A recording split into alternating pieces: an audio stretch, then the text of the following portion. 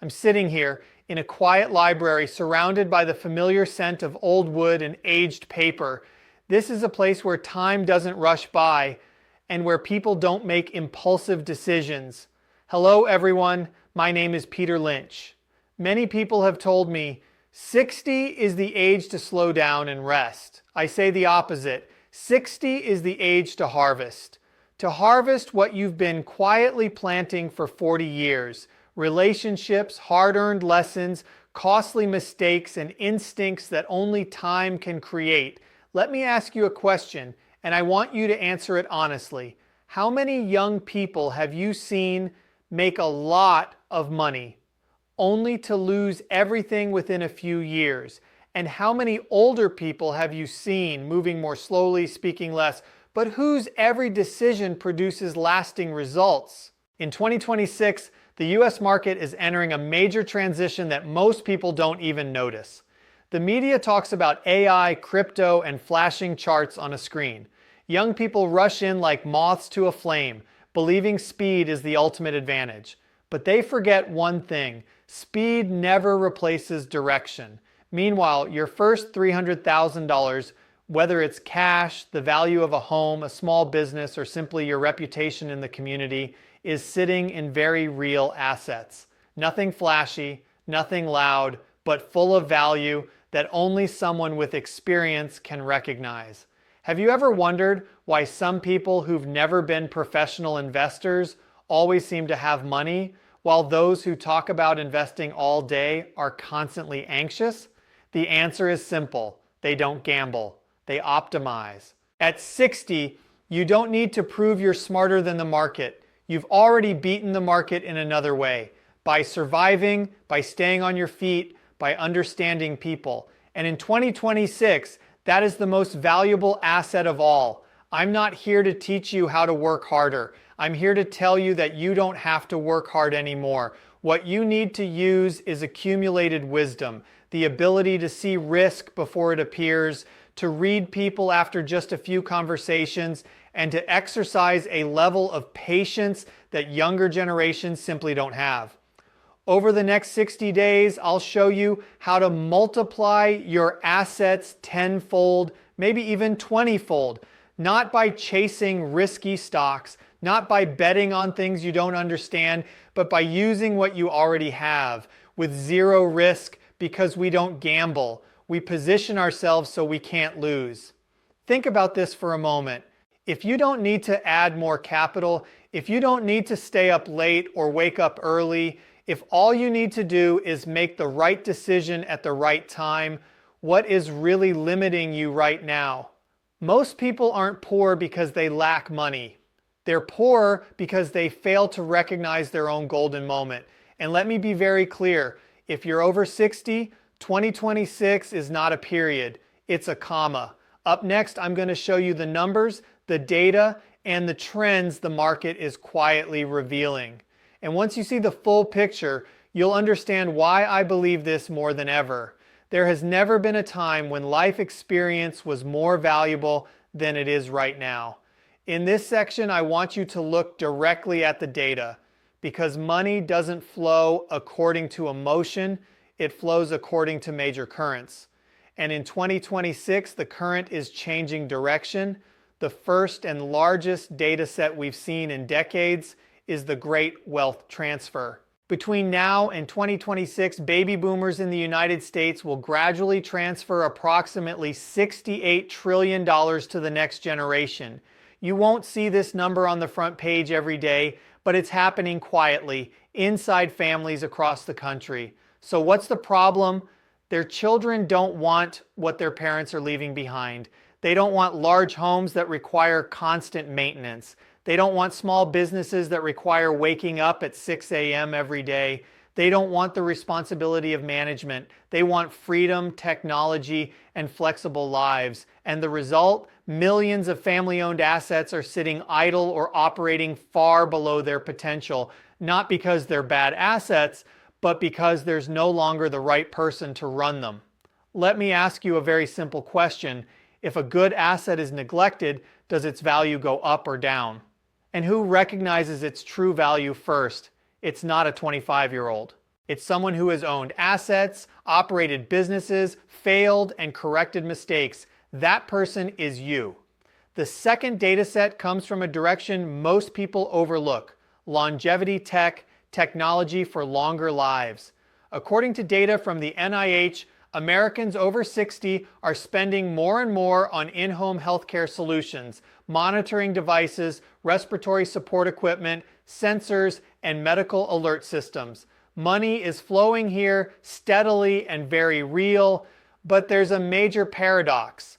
The buyers are willing to pay, but they don't know how to use the technology. Their children understand the tech, but they don't live with them, don't have the time, and don't have the patience to guide them day after day. Do you see the gap? A gap between real demand and real world implementation. That gap doesn't need venture capital. It needs trust. It needs someone who understands the psychology of older adults, the fear, the hesitation, the confusion when facing new devices. And most importantly, it needs someone who is trusted. At 60, you don't need to invent new technology. You simply need to act as the bridge. And in business, bridges are always paid very well. Now to the third data set, where the money becomes clearly visible: real estate micro niches. In Florida and Arizona, the two states with the highest concentrations of older Americans, countless large apartments and homes are sitting empty. Their owners are older, no longer need the space, or have moved elsewhere. Their children don't want to live there. Meanwhile, demand for premium senior co-living, shared living with medical services, community, and ongoing care has increased by 400% in recent years. Pause for a moment and think. A large empty home with high maintenance costs is a burden if left unchanged. But when you convert its purpose and align it with fast-growing demand, it becomes a gold mine. And this is the most important point I want you to remember. None of these three data points require you to compete with younger people. None of them require you to be faster, more technical, or to take higher risks. They all require experience, credibility, and a network of relationships. The very things you've spent 40 years building. So the real question isn't, do opportunities exist? The real question is, do you have the courage to look directly at what you already have? Do you know someone who owns assets but doesn't know what to do with them? Do you know someone who's exhausted from managing but hasn't found a way out? Are you standing in the middle of these currents without realizing that you could be the connector? Next, I won't talk about data anymore. I'll take you into a concrete 60-day roadmap, step by step, highly practical, starting with how to unlock the idle assets around you before anyone else recognizes their true value. This most important section is called action. Not action in the sense of buy more, put in more money, or take bigger bets. In this strategy, the very first thing I ask you to do is stop. Stop and look around. Because the biggest opportunity you have may already be within arm's reach, not on any trading floor. I call this roadmap the silver bridge, a bridge between idle assets and new cash flow, a bridge that only people with enough life experience are willing to step onto. Phase 1. Days 1-15. Unlocking idle assets. During the first 15 days, you don't invest anything. You don't sign checks. You don't transfer money. The only thing you do is take a hard look at reality. Ask yourself this question. Within my circle of friends and acquaintances, people of my own generation, what assets do they own that are no longer being used effectively? An empty house, a floor of a building that no one lives in, a property near a hospital that's used for nothing but keeping the door locked, a retired friend who's exhausted from managing things but doesn't know what to do next. Do these images feel familiar? If they do, write them down, because that's your starting point. The strategy here is very simple yet extremely sharp. I call it repurposing assets, very much in the Peter Lynch style, not chasing what's new and flashy, but looking deeply into what's already familiar. Let me give you a concrete example. An empty house near a hospital in Florida. To most people, it's just a non-performing property, maybe even a financial drain due to maintenance costs. But once you place it into the data stream we just discussed, long-term medical lodging, the picture changes immediately. Cancer patients, people undergoing rehabilitation, families traveling from other states who need stable, quiet housing close to the hospital for weeks, sometimes months. They're not looking for hotels. They don't need vacation Airbnbs. They need medical Airbnb, medical lodging, simply by changing how the property is operated, redefining the target customer, and adding a few key elements: quiet, safety, basic support. The value of that house can multiply many times over, even tenfold, compared to leaving it empty or renting it conventionally. And here's something critical I want you to notice. You don't need to own that house. You only need to recognize its potential and become the connector. This is where your experience comes into play. You know how to talk to the owner. You understand their concerns. You don't speak in complicated investment jargon. You speak from lived experience. Let me ask you this. If a friend owns an asset but doesn't know how to unlock its value and you have the solution, who really has the advantage? During these 15 days, you have only one mission. Identify 3 undervalued assets within your network. Not 30, not 10, just 3. Because we don't need volume, we need precision. Make the calls, meet in person, ask questions like old friends do. Don't sell ideas, don't promise returns, just listen and observe. You'll be surprised how many people are waiting for someone to help them see a way forward. And this is the key takeaway from phase 1. You haven't made any money yet, but you've laid the foundation for significant cash flow. You've begun building your very first silver bridge. Next, we move into the stage where your wisdom begins to be packaged into value. No longer physical assets, but something even more powerful: life experience. And at that point, the game shifts to an entirely different level. If the first phase was about recognizing overlooked assets, then starting on day 16, we move into a new dimension, turning your experience into an asset that can be valued, not through titles, not through positions, but through a very specific model: fractional executive, part-time leadership. Let me be clear from the beginning, you're not applying for a job. You're not working as an employee. You're not trading time for a salary.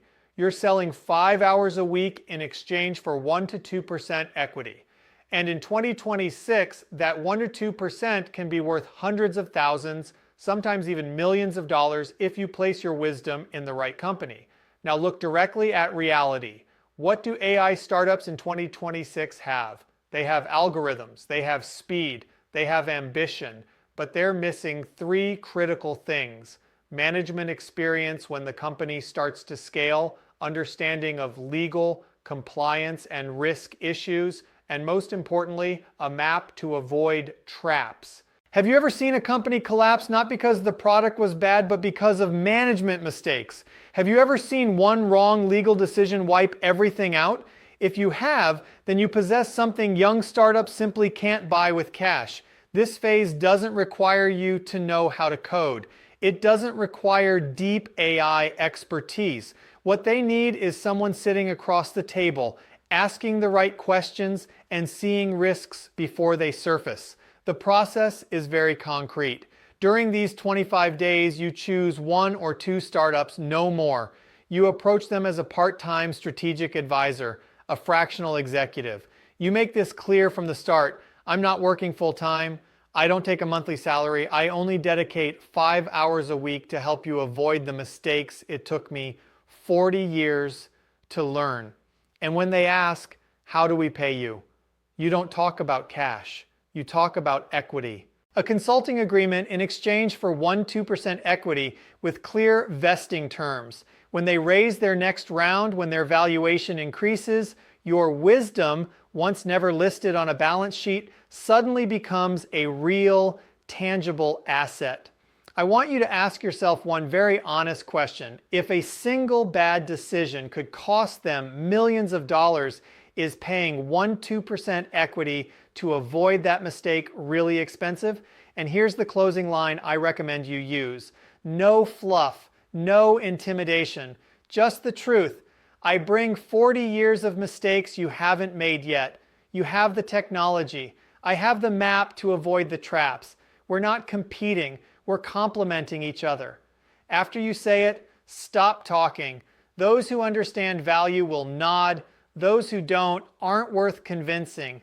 The most important thing in this phase isn't the number of contracts you sign. It's that you're learning how to turn reputation into equity and experience into leverage. Do you see the difference? At 30, people sell their labor. At 60, you sell your lived experience. And once those equity positions begin to take shape, as relationships start to interlock, you'll find yourself standing in an entirely new position, the position of the connector. We've come a long way. If you've made it this far without giving up, it tells me one thing. You're no longer thinking like a small retail investor. In phase 3, you step into the role the 2026 market pays the most for, the deal closer. I call this phase the master merger, the deal of masters. Not because it's complicated, but because it requires something extremely rare, absolute trust from both sides. Look at the real picture. Across the United States, hundreds of thousands of small businesses are quietly approaching a crossroads. Their owners are in their 60s, even 70s. They're tired. They want to rest, but they don't want to see the companies they spent their lives building disappear. On the other side, what about younger investment funds and growing companies? They have capital, they have ambition, but they have no way in, no relationships, no trust, no one to make the introduction, and that's where you come in.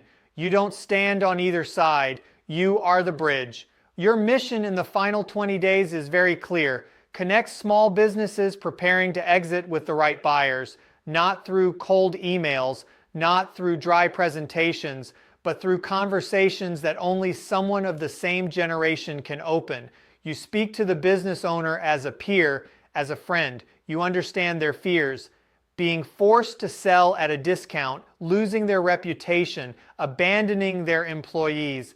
Then you turn to the investor and speak the language of strategy, stable cash flow, an established market, a mature operating team. Do you notice what's special here? You don't need to own the business. You don't need to put up capital. You only need to place the right people in the right positions. In the world of small business M&A in the US, brokerage fees are significant. With a single successful deal, earning $100,000 to $300,000 in commission is entirely realistic. And most importantly, that money comes from connection, not from gambling. I want you to ask yourself this. Throughout your career, how many difficult situations have you resolved with nothing more than a meeting, a meal, or the right introduction? So why shouldn't that skill become an asset?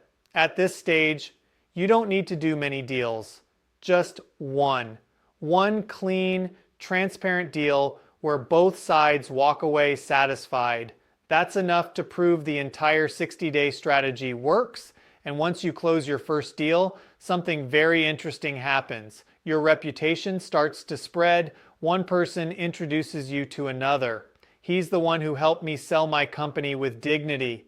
She's the one who connected us with the right partner. That's when you realize you're no longer chasing opportunities. Opportunities start coming to you. Phase 3 isn't the end. It's the crest of the wave in the Silver Bridge strategy. But an even more important question is waiting ahead. Why is this entire process so safe? Why at 60, is this the smartest way to multiply assets without fearing loss? In the next section, I'll explain that through behavioral science and psychological data. And once you understand the deeper reason, you'll see this clearly. This isn't just a money-making strategy. This is your golden moment. At this point, a very natural and very valid question may be forming in your mind. If everything sounds this logical, why is it so safe? This is where we stop speaking in terms of feelings and start speaking in terms of behavioral science.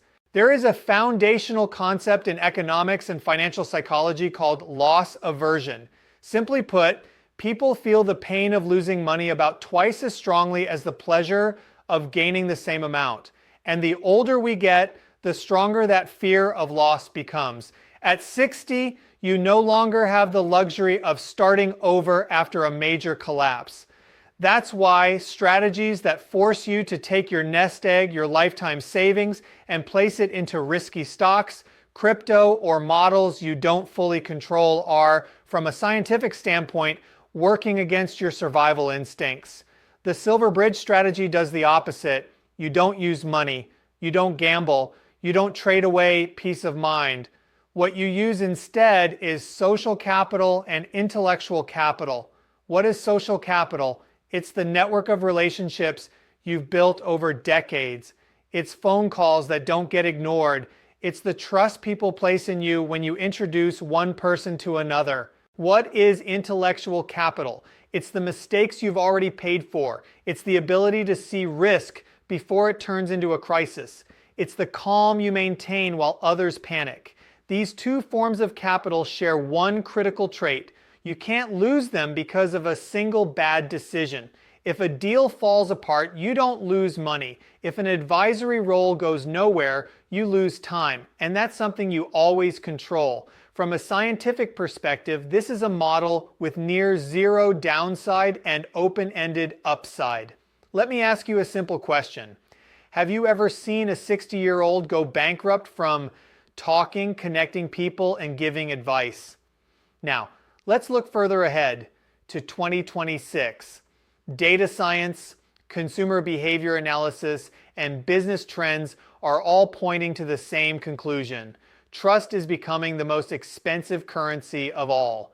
In a world where AI can generate almost anything in seconds, what is truly impossible to replicate, not algorithms, not interfaces, but human credibility. Young people may be great with technology, but when clients are risking millions of dollars, they're not looking for the smartest person. They're looking for someone who has survived multiple cycles, someone whose face says, "I've been here before and I know the way." That person is you. You don't need to speak loudly. You don't need to prove anything. Your presence alone is a signal of safety. And in 2026, that signal is priced extremely high. So what makes this strategy absolutely safe? Not because it has no risk, but because the risk is not in your money. The risk lies in time, in selectivity, in deciding where you position yourself within the flow. And that's exactly the kind of risk a 60-year-old controls better than anyone else. The final question I want you to think about before we move to the conclusion is this. If the market is paying the highest price for trust, and you are the one who owns that trust, why wouldn't you act right now? In the final section, I'll speak to you directly about this golden moment and what you need to do today to turn your wisdom into a legacy, not just a memory. I want to say this directly, and I want you to remember it clearly. Don't believe anyone who tells you that old age is a burden. In business, age is not a disadvantage. Age is a guarantee of composure, a guarantee of the ability to see beyond a single cycle, a guarantee of trust, the one thing money can't buy. Over the past 60 days, I haven't asked you to take risks. I haven't told you to chase trends. I've only guided you back to yourself, to everything you've accumulated over a lifetime. And if you look closely, you'll realize something important. You were never poor in assets. You only undervalued yourself. Now, I want you to do one very specific thing. Not tomorrow, not next week, right after this video ends. Over the next 60 days, I challenge you to do one thing. Pick up the phone and call 5 old friends, people who own idle assets, people who are stuck because they don't know what to do next, and say one very simple sentence. I have a way to turn it into a gold mine.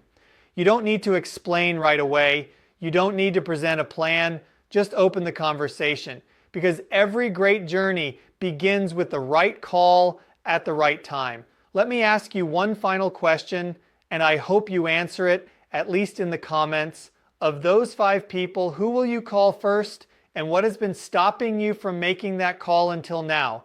This isn't theory, it's a map. A map so you don't get lost in all the noise out there. A map that tells you what to do today, who to meet next week, and where to focus over the next 60 days. Don't let your wisdom collect dust. Don't let your experience remain just stories you tell. Turn it into a legacy for yourself and for those around you. Golden moments don't come twice. And this time, it's standing on your side. Let's begin, my friends.